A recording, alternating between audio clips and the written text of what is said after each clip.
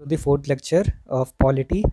देखिए, लेक्चर में प्रोसीड करने से पहले ऐसा अनाउंसमेंट है कि मैंने टेलीग्राम चैनल बना लिया है। ये सारे लेक्चर्स के पीडीएफ आप मेरे टेलीग्राम ग्रुप से एक्सेस कर सकते हैं। Let us begin with the fourth lecture. This is Himanshu, CAPF 2019 with all India rank 163। First point देखिए, आर्टिकल 19 से लेकर 22 फ्रीडम ऑफ राइट्स से डील करता है, फ्रीडम राइट्स से डील करता है। आर्टिकल 19 में देखिए टोटल 6 पार्ट्स हैं। Article 1A to article 1G। देखिए आर्टिकल 1F जो है that was remove from 44th amendment. हम लोग डिटेल में थोड़ा देखते हैं इसको, आर्टिकल्स को। आर्टिकल 19 1A बोलता है कि सभी सिटीजन्स को freedom of speech and expression है। तो इसका जो इम्प्लिसिट डेफिनेशन है कि देखिए, इम्प्लिसिट मतलब कि ये पर्टिकुलरली मेंशन नहीं है, हम इसका एक डिराइव कंक्लूजन निकालते हैं that can be called as implicit. अगर ये मेंशन होता कॉन्स्टिट्यूशन में तो वो एक्सप्लिसिट होता। या आप वर्ड का ध्यान रखेंगे, कई बार गिमिक होता है एग्जाम में। तो आर्टिकल 19 1A का इम्प्लिसिट जो इम्प्लिसिट मीनिंग जो है, उसके वजह से कई सारे फ्रीडम्स जैसे freedom of press, freedom of information, silence, freedom against bandh, right to telecast advertise etcetera. देखिए, मैंने पहले बताया था कि फंडामेंटल राइट जो है वो सैक्रोसेंट नहीं है, ऑब्वियसली कुछ रीजनेबल रिस्ट्रिक्शंस हैं।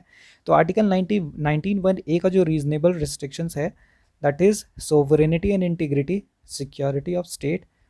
दूसरे किसी फॉरेन स्टेट से फ्रेंडली रिलेशंस के वजह से अगर कुछ रिस्ट्रिक्शंस करना पड़े आर्टिकल 19 1A में, तो that is the reasonable restrictions. Public order, morality, contempt of court, defamation, incitement to an offence. ये कुछ कुछ पॉइंट्स हैं जो आपको याद रखने हैं एग्जाम व्यू पॉइंट से, कि ये ग्राउंड्स पे आर्टिकल 19 1A को रिस्ट्रिक्ट किया जा सकता है। मतलब आपका freedom of speech and expression को रिस्ट्रिक्ट किया जा सकता है इन सब ग्राउंड्स पे। नेक्स्ट प्रोसीड करते हैं आर्टिकल 19 1B। देखिए, आर्टिकल 19 1B जो है वो हमें असेंबल करने का फ्रीडम देता है पीसफुली विदाउट एनी आर्म्स। इसका मतलब है कि हम कोई भी मीटिंग्स कर सकते हैं, डिमॉन्स्ट्रेशंस कर सकते हैं, प्रोसेशंस कैरी कर सकते हैं, लेकिन हाँ, आप ध्यान रखें कि वो पीसफुल होना चाहिए और बिना किसी आर्म्स के होना चाहिए। अदरवाइज फिर आप पर लीगल एक्शन भी लिए जा सकते हैं। देखिए, आर्टिकल 1B में आपको जो याद रखना है कि does not include the right to strike. मतलब कि अगर इंडस्ट्री है, अगर वहाँ पे आप बोले कि नहीं हमारा तो हम असेंबल करके सबको स्ट्राइक कर सकते हैं, तो नहीं, this is not given in the article 19 1B। आप ये पॉइंट ध्यान रखेंगे एग्जाम व्यू पॉइंट से। देखिए, आर्टिकल 19 1B का भी कुछ रिस्ट्रिक्शंस है, रीजनेबल रिस्ट्रिक्शंस, वो आप ध्यान रखेंगे। ऑब्वियसली सॉवरेनिटी और इंटीग्रिटी, पब्लिक ऑर्डर, और सेक्शंस 144 ऑफ CRPC। देखिए, सेक्शन 144 जो है इसको हम लोग कर्फ्यू भी बोलते हैं। जब पब्लिक ऑर्डर मेंटेन करने के लिए CRPC एक्ट के हिसाब से गवर्नमेंट जो है, स्टेट गवर्नमेंट, वो सेक्शन 144 अप्लाई करती है ताकि मूवमेंट को कंट्रोल किया जा सके। ये कुछ स्पेशल कंडीशंस होते हैं जहाँ पे संभावनाएं होती हैं कि यहाँ पे मॉब वायलेंस हो सकता है, या रॉयट हो सकता है, या और भी कुछ फेक न्यूज़ के कारण कुछ कुछ इश्यूज हो सकते हैं। तो उस केस में आप असेंबली नहीं कर सकते हैं। ये है हमारा this is the ground where freedom to assemble article 19 1B restrictions होता है, आप ध्यान रखेंगे। देखिए, सेक्शन 141 जो है इंडियन पेनल कोड का, वो उसके हिसाब से असेंबली ऑफ 5 और more persons can be made unlawful. ये भी गवर्नमेंट डिक्लेयर करती है कि किस टाइम पे असेंबली ऑफ 5 और मोर अनलॉफुल हुआ। तो ये आप ध्यान रखेंगे कि ये सेक्शन 141 यूज़ करके इंडियन पेनल कोड का सरकार ये कदम उठाती है। नेक्स्ट है आर्टिकल 1C। देखिए, आर्टिकल 1C बोलता है का मतलब है कि देखिए, आर्टिकल 1C राइट देता है सभी सिटीजन्स को कि आप यूनियन बनाएं, एसोसिएशंस बनाएं, कोऑपरेटिव सोसाइटीज़ बनाएं। लेकिन रीजनेबल रिस्ट्रिक्शंस हैं कि जो भी आप बना रहे हैं एसोसिएशन, यूनियन, वो सोवरेनिटी और इंटीग्रिटी ऑफ इंडिया को that should not be against the sovereignty and integrity of India, public order and morality। Obviously देखिए, अगर आप यूनियन बना लें, एंटी स्टेट अगर आप एक्शंस लेते हैं, तो दैट विल बी अनलॉफुल। तो ये आप याद रखेंगे कि आर्टिकल 19 1C जो है एसोसिएशंस बनाने का फ्रीडम देता है, लेकिन रीजनेबल रिस्ट्रिक्शंस हैं। आर्टिकल 1D देखिए, आपको फ्रीडम देता है कि आप देश के भी किसी भी कोने में फ्रीली मूव कर सकते हैं through out the territory of the country. देखिए यहाँ पे टेरिटरी यूज़ किया है, यूनियन यूज़ नहीं किया है। देखिए यूनियन का हमने पहले भी मतलब देखा था, सिर्फ स्टेट होता है, लेकिन टेरिटरी है एक ब्रॉडर टर्म है जिसका हमने मीनिंग अपने फर्स्ट लेक्चर में देख लिया था।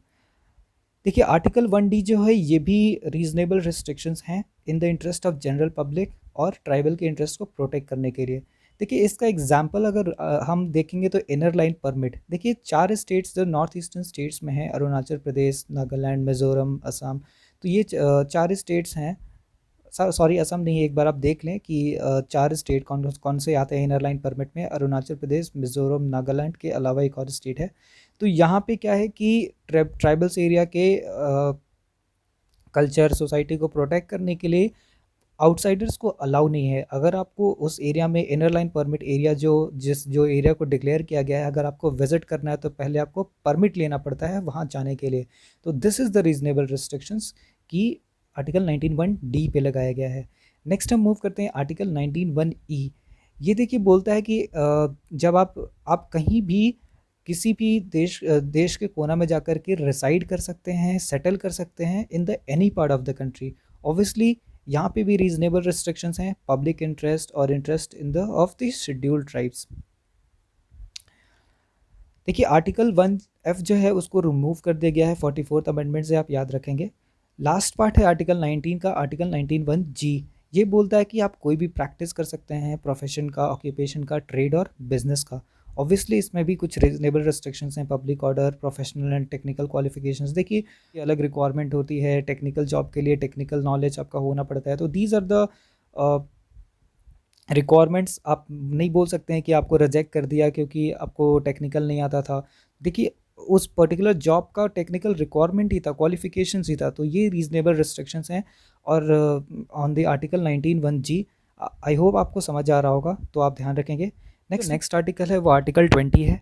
आर्टिकल 20 हमें फंडामेंटल राइट देता है, protection in conviction of offences. इसका देखिए क्या मतलब है। यदि आपके हाथ से कुछ क्राइम हो जाता है या फिर ऐसा सस्पेक्ट है कि आपने कुछ क्राइम किया है, तो उस रिस्पेक्ट में स्टेट अथॉरिटीज़ आपके खिलाफ एविडेंस कलेक्ट ना करने लगे, वो आपके फंडामेंटल राइट को कर्ब करके। इसलिए संविधान ने हमें जब तक convict in under the court of law घोषित ना किया जाए, तब तक आपको संविधान आपको बचाने के लिए प्रोविजंस देता है अंडर आर्टिकल 20 में। देखिए 3 प्रोविजंस हैं आर्टिकल 20 में जो आपको याद रखने हैं। No ex post facto law, इसका क्या मतलब है। देखिए ये जो है क्रिमिनल लॉ के लिए है और सिविल लॉ के लिए नहीं है, टैक्स लॉ के लिए नहीं है और प्रिवेंटिव डिटेंशंस के लिए अप्लाई नहीं होता है। देखिए एक्स पोस्ट फैक्टो लॉ का ये मतलब है कि जब आपने जो क्राइम किया था उस टाइम पे जो भी पनिशमेंट उस क्राइम के लिए अवेलेबल थे आपको वही मिलेगा।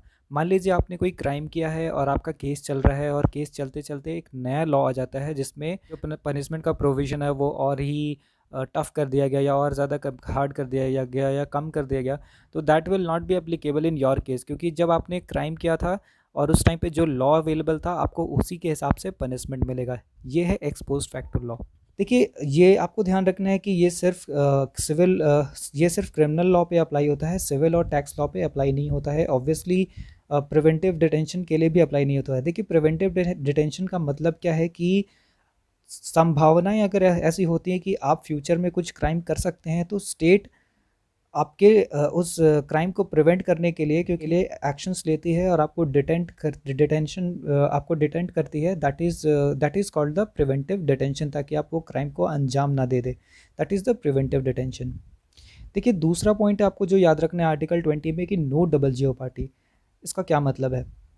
इसका मतलब है कि जो भी आप अगर एक बार आपको पनिशमेंट मिल गया तो आपको सेम क्राइम के लिए 2 बार पनिशमेंट नहीं किया जाएगा, इसका यही मतलब है। और ये भी देखिए ये जो आपको याद रखना है कि ये सिर्फ proceedings only before a court of law और जुडिशियल ट्रिब्यूनल। अगर मान लीजिए आपने कुछ क्राइम कर दिया है, आपको पनिशमेंट कोर्ट ने दे दिया है, लेकिन आपका क्राइम बहुत ही बड़ा है और अगर आप किसी ऑर्गेनाइजेशन में जॉब करते हैं और उस ऑर्गेनाइजेशन के इज्जत पे बात आती है तो वो आपको उस जॉब से बर्खास्त कर सकता है, आपको निकाल सकता है। तो इसका ये मतलब नहीं हुआ कि आपको तो पहले ही कोर्ट में पनिशमेंट मिल गया था, तो आपको जॉब से निकाल करके आपको दोबारा दूसरा पनिशमेंट मिल रहा है, तो नहीं। देखिए ये यही मतलब है कि this is not before the department and administrative authorities, ये जो है सिर्फ कोर्ट ऑफ लॉ या जुडिशियल ट्रिब्यूनल पे अप्लाई होता है। तीसरा है कि नो सेल्फ इंक्रिमिनेशन। देखिए संविधान जो है हमें पूरा फंडामेंटल राइट देता है कि हम अपने खिलाफ एविडेंस ना दें, अपने खिलाफ ही विटनेस ना बने अपने आप की केस का। This is the third point that is you have to remember. देखिए इसका जो एक्सेप्शंस हैं, क्योंकि ये जो एक्सेप्शंस हैं जैसे कि blood sample, specimen signature, thumb impression, exhibition of body, material objects not covered, ये सब देखिए ये इसलिए है एक्सेप्शंस। इसका क्या मतलब है? देखिए इसका मतलब है कि अगर कोई आपने क्राइम किया है, अगर ये सब कम सैंपल्स कलेक्ट करने हैं या फिर आपके सिग्नेचर, थंब इम्प्रेशन लेना है, तो आप डिनाई नहीं कर सकते हैं कि नहीं नहीं आर्टिकल 20 ने तो मुझे बोला है कि हम अपने खिलाफ सबूत इकट्ठा करने के लिए विटनेस नहीं बन सकते हैं। देखिए ये सब एक्सेप्शंस हैं इसलिए क्योंकि these these exceptions can not B tampered. ये आप हर केस में सेम ही रहेगा, इसीलिए दीज आर दी एक्सेप्शंस। आप इस एक्सेप्शंस को ध्यान रखेंगे। नेक्स्ट मूव करते हैं हम आर्टिकल 21 की। देखिए आर्टिकल 21 बहुत ही सिग्निफिकेंट आर्टिकल है। That it deals with the personal life and liberty except according to the procedure established by law. देखिए हमने पहले भी बात किया था कि किसी भी केस में आर्टिकल 20 और 21 हमारा सस्पेंड नहीं किया जाएगा। देखिए कुछ केस हैं आपको याद रखना है फंडामेंटल राइट से रिलेटेड। देखिए ए गोपालन case versus state of Madras 1955 में कम्युनिस्ट पार्टी ने क्लेम किया था कि preventive detention was inconsistent with article 19 and article 21। तो सुप्रीम कोर्ट ने इस पे जजमेंट दिया था कि हाँ ये ऐसा है। तो ऐसे ही प्रोसीड करके ऐसे ही आगे भी कुछ केसेस हुए। आपको क्रक्स याद रखना है, केसेस के डिटेल में नहीं जाना है एग्जाम व्यू पॉइंट से। बस आप इतना याद रखिए कि जब ए गोपालन केस हुआ था तो उसमें सुप्रीम कोर्ट ने क्या जजमेंट दिया कि आर्बिट्ररी एग्जीक्यूटिव एक्शंस, तो एक सुप्रीम कोर्ट ने बोला कि हाँ it is available. Arbitrary legislative actions तो बोला कि नहीं, दिस इज़ नॉट अवेलेबल। अगर लेजिस्लेटिव एक्शंस लेती है तो it will be inconsistent with the fundamental right that is guaranteed by under article 19 and article 21। देखिए due process of law is not available. देखिए ड्यू प्रोसेस ऑफ लॉ का क्या मतलब है? अगर देखिए ड्यू प्रोसेस ऑफ लॉ जो है ये हमने यूएस से इनकॉर्पोरेट किया है। आप क्रक्स में आप इतना ही समझिए कि अगर कोई अरेस्ट कर लिया जाता है तो हम जो है उसको चेक करते हैं कि वाकई में वो नियम जिसके हिसाब से उसको अरेस्ट किया गया है वो सही है या नहीं। तो अगर बस ये चेक होता है कि हाँ वो सही है या नहीं, तो that is procedure established by law. अगर उससे एक स्टेप फर्दर सुप्रीम कोर्ट बढ़ जाए और उसके वैलिडिटी को चेक करने लगे, उसके सैंक्टिटी को चेक करने लगे, और अगर ऐसा करने के बाद अब जो उस लॉ को इनवैलिड कर दे ताकि फ्यूचर में ये वापस से ये मिसयूज़ ना हो, तो that is the due process of law. तो ये एकेन गोपालन केस ने बोला कि no, due process of law is not available. आपको सिर्फ क्रक्स याद रखना है। फिर मीनिंग ऑफ लिबर्टी ए के गोपालन केस में बोला कि liberty meaning relating to person and body of the individual. देखिए मेनका गांधी केस बहुत इंपॉर्टेंट है, आर्टिकल 21 एंड आर्टिकल 19 से रिलेटेड है, फंडामेंटल राइट से रिलेटेड है। इसमें मेनका गांधी ने बोला कि हाँ arbitrary executive actions that will be available and arbitrary legislative action that will also be available, but that should not be unreasonable, unjust, unfair laws can be questioned by judiciary। that was the remarkable judgment, क्योंकि इसमें Maneka Gandhi case में ए के गोपालन case के judgement को reverse कर दिया था। आप ये ध्यान रखें, आर्बिट्ररी लेजिस्लेटिव एक्शंस अवेलेबल था, लेकिन हाँ that should not be unreasonable and unjust. Due process of law Maneka Gandhi case में अगेन अवेलेबल कर दिया गया था, इसलिए ये रिमार्केबल जजमेंट है। यहाँ पे मीनिंग ऑफ लिबर्टी को भी काफ़ी एक्सपैंड कर दिया गया था। यहाँ पे पॉजिटिव इंटरप्रिटेशन ऑफ लिबर्टी को भी जजमेंट में दिया गया था। इसका ये मतलब है कि opportunity to live with dignity and develop one's own capacity. अब देखिए जब opportunity to live with dignity है तो ऑब्वियसली 21 आर्टिकल का एक बहुत ही कॉम्प्रिहेंसिव और बहुत ही रिमार्केबल जजमेंट हो जाता है। इसके तहत आप क्लेम कर सकते हैं कि मुझे अच्छी क्वालिटी की पानी मिलनी चाहिए, अच्छी क्वालिटी की हवा मिलनी चाहिए। तो these are the living with dignity, आपको अच्छा एजुकेशन मिलना चाहिए। तो दीज आर द थिंग्स आप ध्यान रखेंगे इंपॉर्टेंट जजमेंट को। नेक्स्ट हम मूव करते हैं, देखिए article 21A that is related with the education.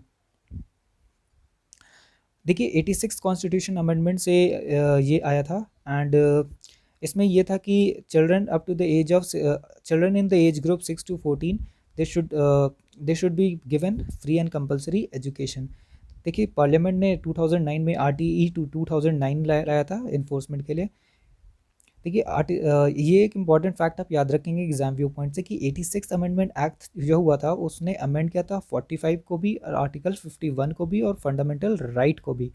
देखिए आर्टिकल 45 जो है वो DPSP है, यहाँ पे भी प्रोविजंस हैं राइट टू एजुकेशन पर्पज से, इसलिए 86 अमेंडमेंट ने आर्टिकल 45 को किया था। जब हम DPSP देखेंगे तो आप अच्छे से समझेंगे। 51A जो है that deals with the fundamental duties, इसमें फंडामेंटल ड्यूटी ऐड किया गया था कि ये पेरेंट की रिस्पॉन्सिबिलिटी होती है कि वो इंश्योर करे कि उनके बच्चे को basic primary education, compulsory education मिले। तो इसलिए 86 अमेंडमेंट ने 51A को भी अमेंड किया था। देखिए नेक्स्ट हम प्रोसीड करते हैं आर्टिकल 22। देखिए आर्टिकल 22 जो है ये protection against arrest and detention है। आर्टिकल हिसाब से बोला जाता है कि जब भी आपको अरेस्ट किया जा रहा है तो आपको ग्राउंड के बारे में पता होना चाहिए कि आपको किस ग्राउंड पे अरेस्ट किया जा रहा है। You should have the fundamental right to consult a lawyer and get defended by him, and you right to be produced magistrate के पास 24 घंटे के अंदर, लेकिन जर्नी और हॉलीडेज़ को एक्सक्लूड करके। देखिए ये आप ध्यान रखेंगे, ये बहुत ही इंपॉर्टेंट पॉइंट है कि आप जब आप अरेस्ट होते हैं तो आप 24 घंटे के अंदर आप मजिस्ट्रेट के सामने 24 घंटे के अंदर पेश करना पड़ता है। और ये जो 24 आवर्स है इसमें जर्नी एंड हॉलीडेज़ इंक्लूड नहीं होते हैं। Person who has been arrested he can not be detain for more period than authorised by magistrate. देखिए अगर जैसे मान लीजिए कि कुछ केसेस में प्रेजेंट नहीं कर पा रहे हैं तो मजिस्ट्रेट के सामने, लेकिन अगर मजिस्ट्रेट ने अथॉरिटी दे दी है, preventive detention kind of thing authority दे दी है, तो वो पर्टिकुलर पीरियड मेंशन करता है मजिस्ट्रेट, उससे आगे आप किसी पर्सन को डिटेन नहीं कर सकते हैं। जनरल केस में 3 मंथ्स का डिटेंशन दिया जा सकता है बाई मजिस्ट्रेट, आप बस इतना ध्यान रखें। देखिए प्रिवेंटिव डिटेंशन जो है दैट जो देखिए हम जो बात कर रहे थे कि detain for 3 months under preventive detention law, इसका ये मतलब है कि आपसे जो जिसने क्राइम किया है देयर इज़ पोटेंशियल थ्रेट कि वो फ्यूचर में क्राइम कर सकता है, इसलिए प्रिवेंटिव डिटेंशन के लिए उसको डिटेन किया जाता है 3 मंथ के लिए। अगर आपको उससे ज़्यादा दिन तक के लिए आपको डिटेन करना है तो एक एडवाइजरी बोर्ड होती है, वो परमिशन देती है, तब जा कर के उसको डिटेन किया जाता है।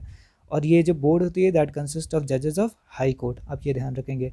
देखिए parliament by law can increase the period of preventive detention for more than 3 months without obtaining opinion of advisory board.